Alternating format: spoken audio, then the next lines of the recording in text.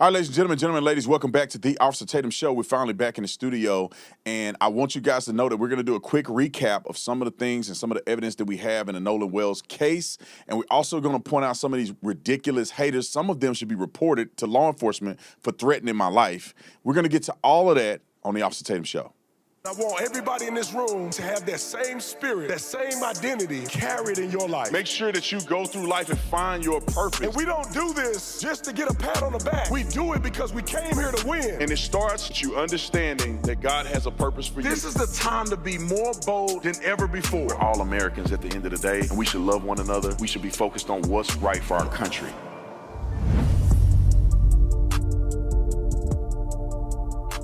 All right, ladies and gentlemen, ladies, welcome back to the Officer Tatum Show. I'm going to get right into this, but if you have any questions about the case that you think we haven't covered yet, please ask me these questions in this live stream. I got a limited amount of time. I got another interview I have to do, so I'm going to get right into it. But if you have questions pending, Grant is going to pose the question to me so I can answer real quick, and then we're going to go to the haters, and then that's going to be the show for the day. And I hope you guys have a wonderful weekend. But let's start first things first. Benjamin Crump. For everybody that said Benjamin Crump wants to get to the bottom of this, he really cares about Nolan Wells' family, I'm telling you guys, they do not care. It's just a money grab. How do you know, Mr. Tatum? Well, then why, when we reached out to Benjamin Crump, that they didn't respond to us or they made some lame response after our fourth attempt to talk to him? Here's the email. This is the first time we reached out to Benjamin Crump. You can look at the email there, and you know exactly that we reached out to his team. We gave a generic media outreach where we put the information in there and say, hey, we would love to have an open dialogue. We value the conversation. Here's something that we want to know from his perspective what he has, and we wanted to deliver what we have to him. All right, we did that the first time. Here's the second time. 5 days later. 5 days later, here's the next one. What was that, a day after that? Yep. And then here's the fourth one. Yeah, the fourth one is 5:30 in the morning, and it's basically saying, hey, that's still, you go to the next one?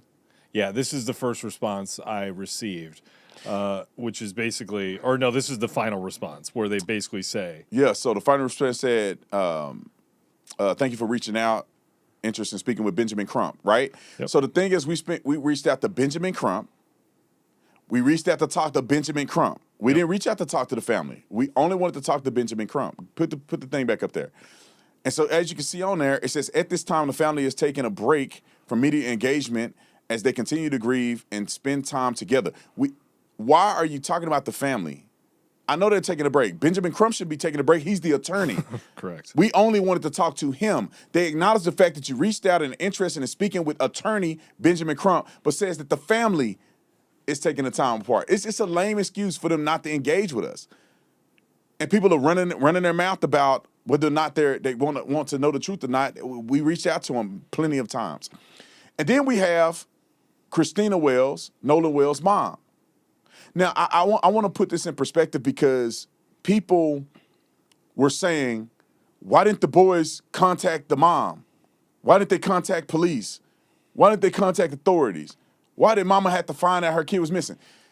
Here's evidence that Warren was first thing he did when he thought anything was afoot, when he was worried about Nolan not coming home, and he was doing his due diligence and calling and communicating with people trying to find out where Nolan's at. First person he called was who? Nolan's mother. On July the 4th at 11 p.m., he called her the first time, or 11:07, he called her the first time, and she picked up the phone and hung up in his face. And I think she did it because she didn't know who he was. He calls back a second time, and he had a 5-minute conversation with her, as you can see right here on the call log. And then immediately, after telling his mom, hey, we don't know where Nolan's at, have you heard from Nolan? Immediately afterwards, I think probably 2 minutes after. Yeah, scroll to the next one. Yeah, 13. So literally, after the 5-minute call, there was probably about a minute, give or take. So about a minute, Yeah. a minute or so after he had tried to communicate with Nolan's mom, who does he call? He called the Coast Guard. He called before Nolan's mother called, before any of the other friends, and I'm doing this in quotations, meaning that they are categorizing these people as his close friends. None of them called. None of them I don't know if they didn't care or they just wasn't close enough to Nolan to notice that he wasn't coming to where they supposed to be at. He called the Coast Guard right here. It's also important to note that these are screen caps from Warren's phone sent to us directly. Yeah, the screenshots from Warren's phone sent to us directly. We saw them live, and then we took the screenshots to show you guys so you know that. And we blurred the numbers out because we don't want to put people's numbers out there online. But these are the actual phone call records. And then here is aerial view. People were saying this was a secluded island. Benjamin Crump them came out and act like this was, and I know for a fact, all of you guys that are listening, I know when you first heard this, I know you were thinking the same thing I was thinking. I thought they went out to a secluded island. Yep. He said that he went out with white boys, his 4 friends or so, and he didn't come home. And somehow there was a girl that seen him, and as if it was, I don't know, 10, 15 people at this island or less. Mm-hmm. Look at this video. This was sent to us by a pilot who rode over the island and took a picture and captured it.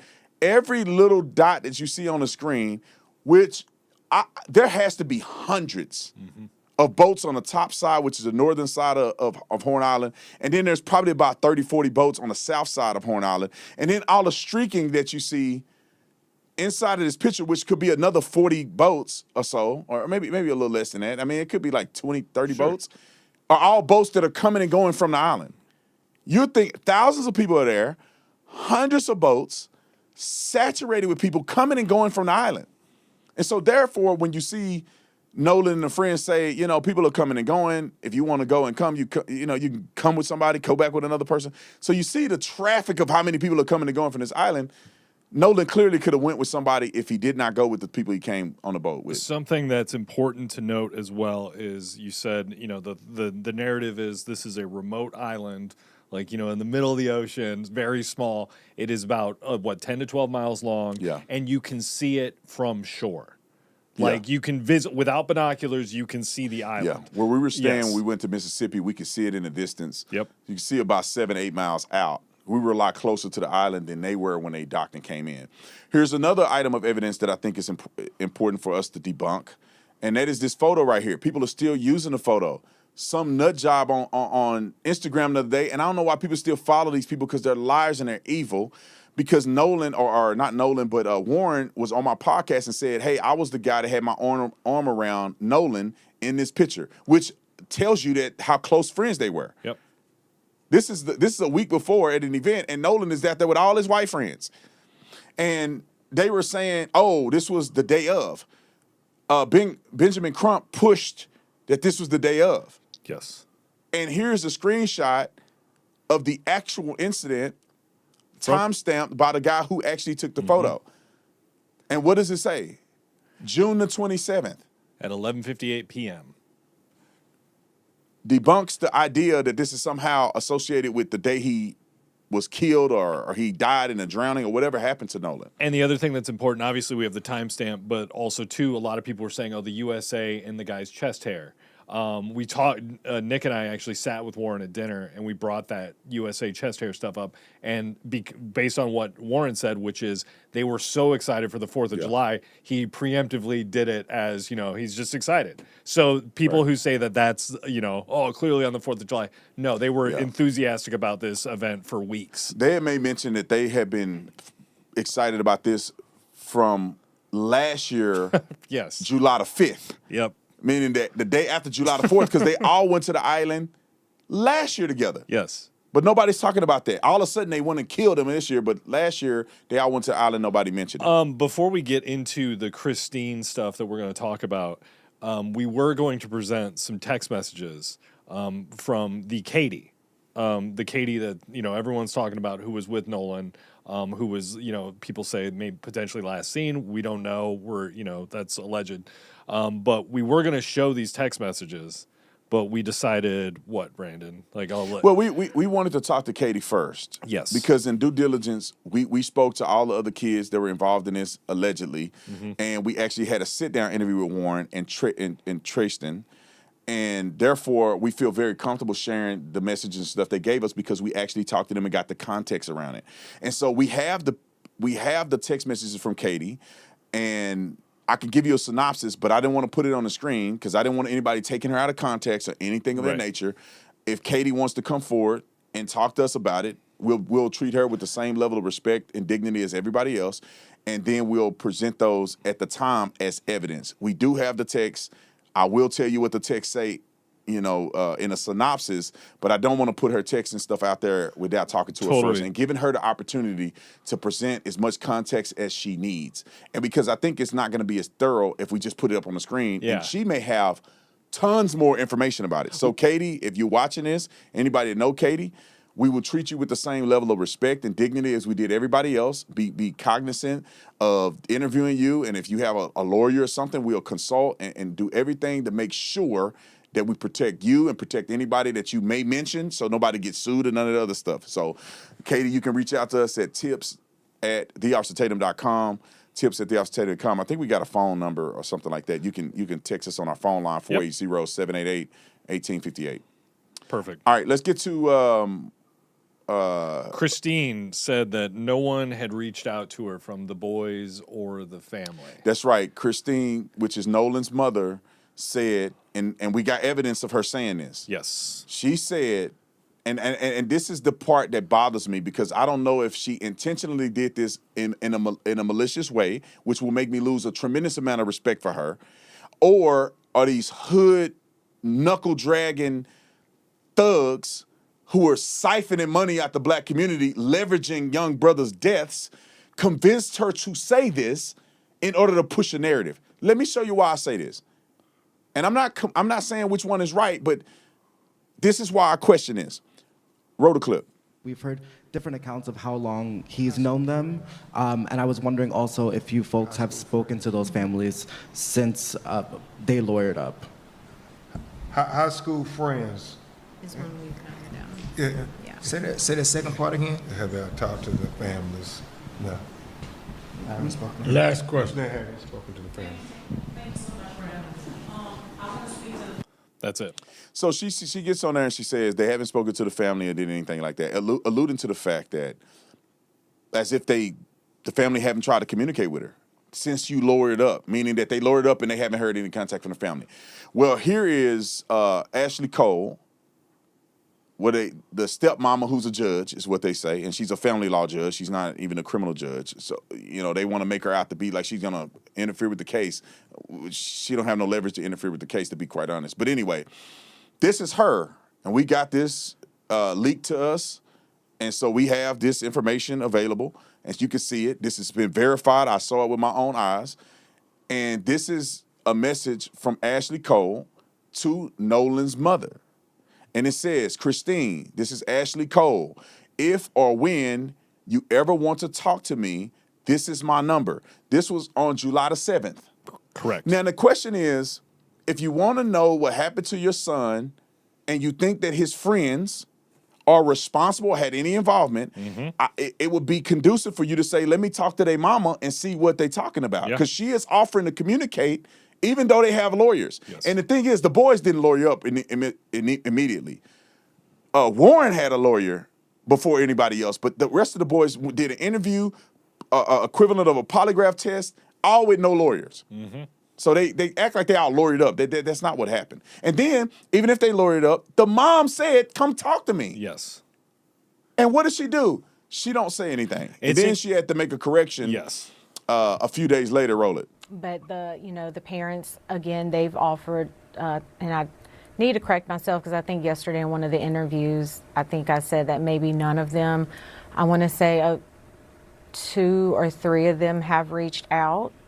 Just the first one expressing her condolences, another one just saying, hey, give me a call if and when you're ready type of deal.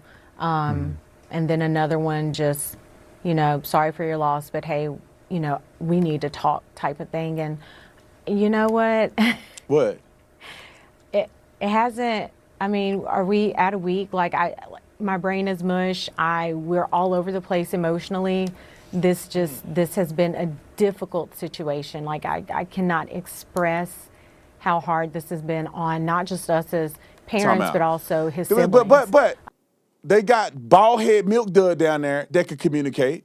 Why don't they have them talk to their lawyer? Why don't they communicate that? So you're telling me, this is the part that make me mad, and this is why I question them sometimes, that this is another money grab situation. If my son was killed or dead, Sure. and these are the last boys that's with him, they clearly are friends. Yeah. The parents don't seem to be hiding anything because they're trying to reach out. Right. They Right. gave condolence and they saying, let's talk. One parent said, we need to talk. Yes. What do you want to talk to me about? Well, you may know what happened to my son. So let me talk to you and see what you got. But no, I don't want to talk to them. Well, also too, you would do your due diligence as a parent to turn over every stone possible. Let me talk to these people and Yeah. see what they got to say. Because if they coming forward to me, I ain't got to chase them down. Yeah. Then maybe they got something I don't know.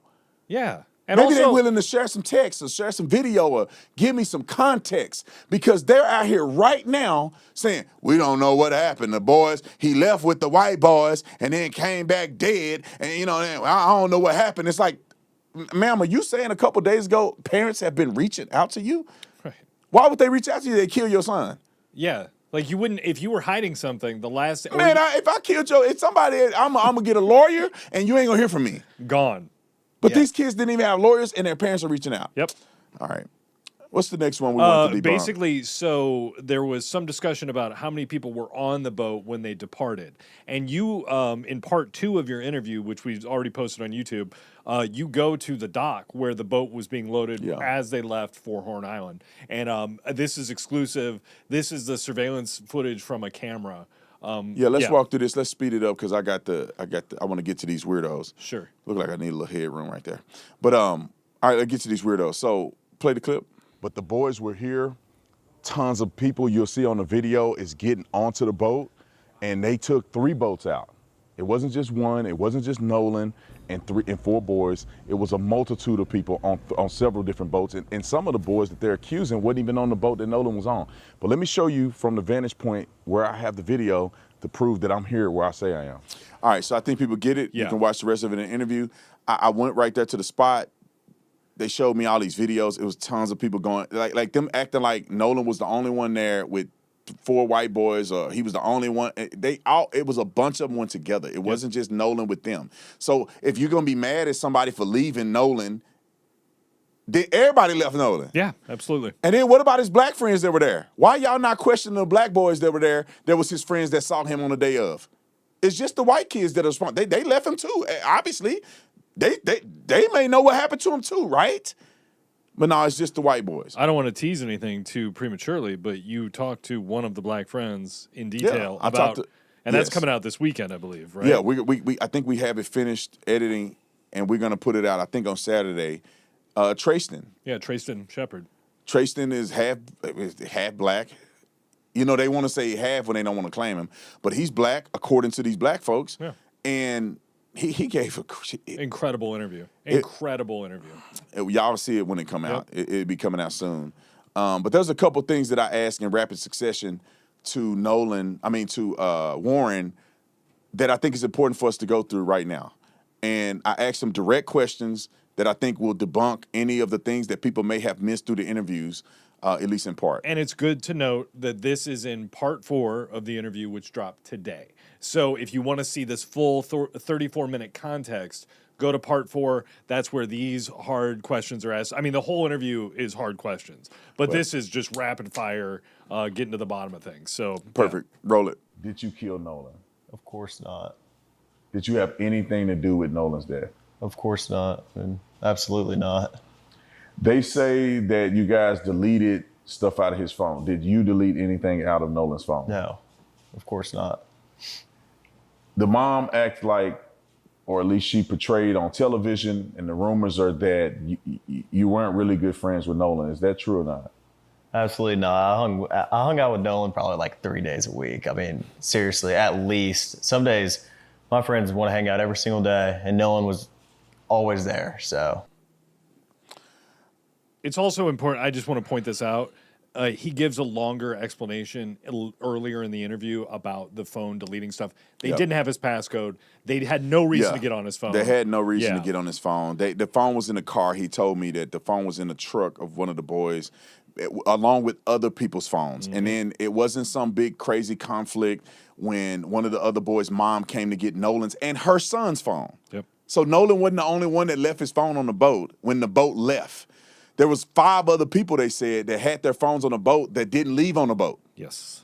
And they were able to contact them, and they came and got their phones afterwards. So Yep. Nolan wasn't the only one that let the boat leave with his phone on it. Mm-hmm. And so it's not, he's, you know what I'm saying? They try to make yeah. it out to be the only person with like it was suspicious there. Rolling that clip. Obviously, people may see this and know the facts later Right. that you weren't able to go to the funeral or the memorial service. Right. Why didn't you go? What was that? Well, I mean, with everything going on social media right now, with people saying the crazy things that they're saying, I would never want to take the attention off of Nolan and his family. They don't deserve that. And, you know, for own personal reasons, I mean, I've gotten thousands of death threats. My family's got thousands of death threats. And, you know, for my own safety, I'm not going to put my own health and safety at risk. You know, it breaks my heart that I can't go, and it hurt me more than anything because obviously I want to say my last goodbyes to one of my best friends. But I mean, if I'm getting thousands of death threats with people saying they're going to kill me and do crazy things to my family and I couldn't bring myself to go because, you know, I got to put my own safety first. All right, next clip, roll it. Was this about race? Did this have anything to do with race as far as from your perspective? Absolutely not. I mean, Nolan's been a great friend of mine since 8th grade. Nolan isn't my only friend of color. And, you know, I have plenty of friends through high school and friends I have now, not just Nolan, who are black, Mexican. You know, I've never looked at that, and none of my friends ever have. Like, and if you do, you know, that's disgusting, you know? Our next clip. Was Nolan the only black person on that island? Absolutely not. I saw a lot of black people. And like I said, I mean, you know, it's not pointing out or anything. I mean, I wasn't looking at that, but my buddy Trayson was out there, and, you know, he's mixed. Javon was out there. He's came out. He's mixed. I know a bunch of my friends that are black that were out there that day that I haven't even mentioned. I mean, Nolan was not the only black person out there, by no means. I mean, like, there was thousands of people out there, white, Mexican, black, everyone, you know? And in the friend group, is Nolan the only black person in the friend group? Absolutely not. My buddy Trayson's black. You know, I have other friends of color. I mean, our friend group's very tight, and, you know, we have not a small group of guys, but we have 10 to 12 guys in my friend group, and, you know, we're all from Ocean Springs, and, you know, we grew up together, but Nolan is not the only black guy in my friend group. All right, last one. Yep. It's been said out there that you guys immediately deleted your social media, lowered it up, as if you were in some type of fear that you would be implicated in this. What do you say to that? I mean, of course we lured up, and of course, you know, I deleted my social media. I was getting death threats before anything ever came out because I was the one that called the Coast Guard. I mean, people put this all on me because I was the one that called. I was the one that was, you know, worried. My friends were just as well. I mean, of course I deleted all my social media. I was getting insane death threats, like stuff I couldn't even believe 2 days after. And, you know, we went straight to the police. I wanted the police to come and ask questions. I wanted them to know and have all of my information. And, I mean, people were accusing me of murdering my best friend. It's sick. I mean, like, just because of race. I mean, it's disgusting. It makes me sick to my stomach. I think that's the last one. We had a rapid fire question scenario, and there's more to it. You can look at the full video. I think we're gonna put that out a little bit later today, and you guys can see the full context of that. But, you know, I was there with those kids, man, and I tried to give an impartial interview. You know, I could see how somebody could say it's slightly biased because I've seen all the evidence. I was trying to give it from a perspective as if I didn't see the evidence. Man, I'm listening to these dudes like they're literally tears in their eyes talking about Nolan. I mean, we were talking about Nolan the whole time I was there when I was with them. Yep. Them going out to the boat and remember, well, you weren't with us, but you know, Nick and everybody was with us, and they played some of his favorite songs. Dude, that made me emotional, to be honest. They're like, man, this was Nolan's favorite song, and they played it while we were going out to the Horn Island. And dude, so with seeing all that, trying to interview these kids and trying to give them a fair sense to say what they got to say to the public, although I've already seen everything, was kind of hard. I mean, the only way to make the interview a little more impartial is that if I didn't know or nothing, I didn't verify nothing, I just want to talk to them, which nobody does that, that'd dude. be a bad interview. You can't not verify anything and then interview people, because what if they just flat out lied to you on your interview? Yeah, you have to vet. You got a whole bunch of fake information out there, and you're like, I didn't know. No, well, and then you're guilty of doing what everybody else is guilty of. Exactly. These kids can come on there and go, we didn't do nothing. This, and that, and that. And I didn't do no research. Yeah. I didn't look at any data. And then they could be just flat out lying. So therefore, I feel a lot more confident that I'm like, I've seen everything that they said. We've already talked about this and everything. But I want the world to hear what they already done said. Well, so much so that I read a 70-page document that's like a secret document. And I went through everything with a fine-tooth comb.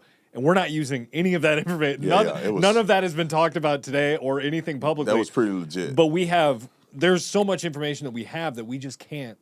We can't vet it. So and then also, you know, you got. This is not simple, right? Mm-hmm. When somebody's being accused of murdering somebody, there's some sensitivity to certain things that get exposed to the public because people lie. Sure. This was a big risk for Warren to come out and be bold and courageous enough to tell the truth. This was a big risk for me. Yeah. It shouldn't be. It's journalism. Yeah, it's the truth. But it was a crazy risk for me to come out and just speak to these kids, man. You know, which is crazy. Let me give you an example real quick, because I got about 5 minutes before we have to get on this other thing. But let me just play y'all the backlash in part that I've gotten. And all I did was that they reached out to me.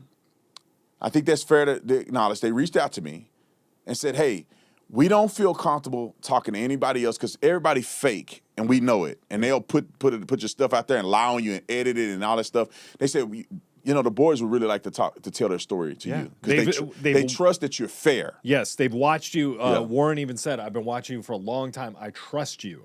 Yeah, because I'm fair. Yes, I didn't say that nobody did. I'm just saying that they didn't have no evidence of anybody doing anything. There's no evidence of racism. Yep. So anyway, I said, you know what? I'm gonna go down there and I'm gonna see what they got to say. You know, because nobody's heard what they had to say.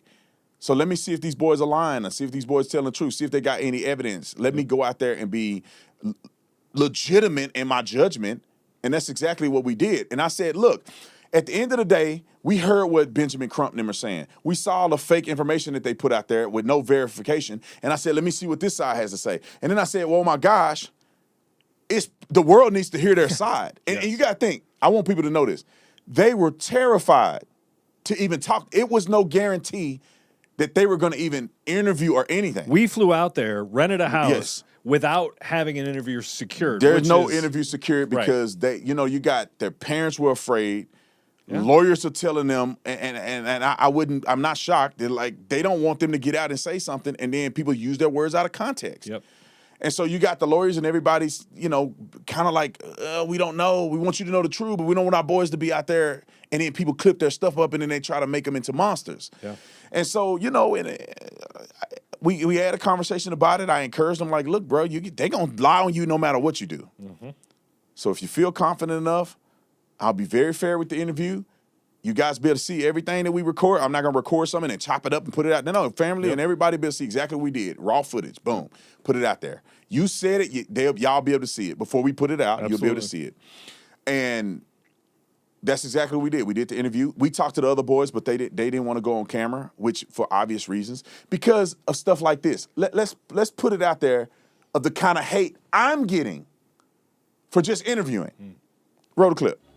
Here's my message to some of you ignorant, melanated people that's in my comment section and in my messenger, talking about I hate my people, I hate my race. And you want me to take up for people that's wrong just because they black.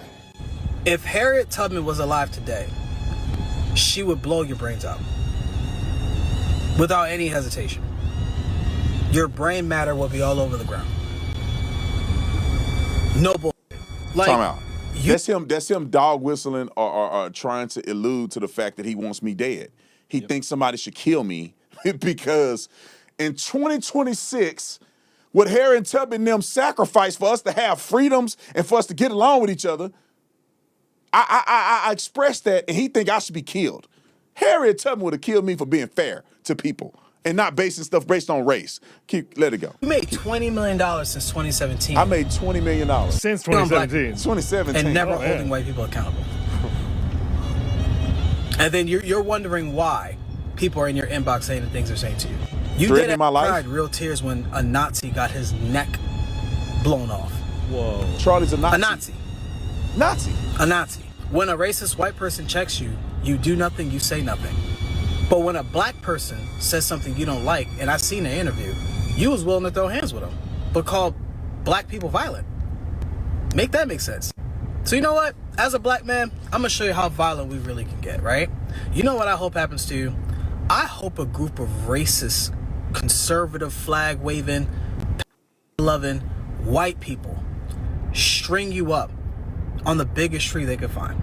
I hope they get the biggest pickup truck with the strongest chain, wrap it about your ankles, drive 30, 40 miles per hour on the dirtiest, rockiest road possible, and have your skin shredded to the white meat. That is what I hope happens to you. Genuinely, that is what I hope happens to you. Wow. You hope I get tortured and killed Drug behind a car. like my ancestors, some of my ancestors, because I interviewed one kid, two kids, one black Yeah. and one white. Right. Just interviewed. I didn't speak for them. I let them say what they had to say. Yeah. I asked them the questions that y'all had and the accusations against them, and I let them talk on a podcast, and now I'm supposed to get drugged and killed and hanged from a tree by racist white people. Make your mind up, bruh. I'm chucking and jiving for the white man because I want to be white and all this, but then the same people gonna kill me for no reason. What he really wanted to say is he hoped that one of them killed me. Well, that's gonna be a hard task, my brother. All right, there's a I got to get up off here. Yeah. But let me try to do real quick. I think think they'll they'll understand. They'll understand. Yeah. Come on, real quick. Here's the next one. Here's my message to some of you ignorant, melanated people that's in my comment section. You're going to strap your soup coolers on the front end of a Mossberg and create wonderful selling artwork that can only make Bob Ross jealous? Because that's what I'm hoping. I hope that's your message. I hope your message is that you suck and you're getting ready to just put your thoughts on the wall somewhere so we all can be alleviated of the coonery that comes out of your mouth. You weren't going to say that. Oh, well, then I don't give a So my brother in there beating his meat or something. Put a shirt on, too. with his, come on, man. Get some curtains too. Put your clothes on, man. got At least take a shower and clean up before you're in the middle of a session looking at me. Thinking about naked. you. Yeah. God dang, bro. I guess I was an ad that came up on his OnlyFans thing or something. But anyway, they want me to blow my brains out because I do an interview. Just so y'all know that people are like that, I just wanted to put that out there. I'm not really concerned because you mess with me, all right, let it go, B. Tatum. You mess with me. You mess with me, it would be R.I.P. When you come, just put a note what you want at your funeral. I'll pass it along for you. Don't play with me. This ain't no game out here. Y'all online. I did this for a living. Does that freak you out? I mean, No, man. It really don't, man. God, I believe in God. A lot of these people online selling wolf tickets, bro. Ain't nobody want to try me in person. They ain't never gonna do it. If they do it, it's gonna be an L for them.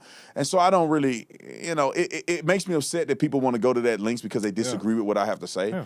But man, look, God on my side, man. If you want to get jiggy, you can get jiggy. I'm gonna defend myself, and I don't think y'all ready for that. Cause I'm not talking. I'm not negotiating. I'm not playing no games. You approach me in public, you're gonna die. I just want you to know that. Okay. All right. We'll see you guys on the next one. I'm out.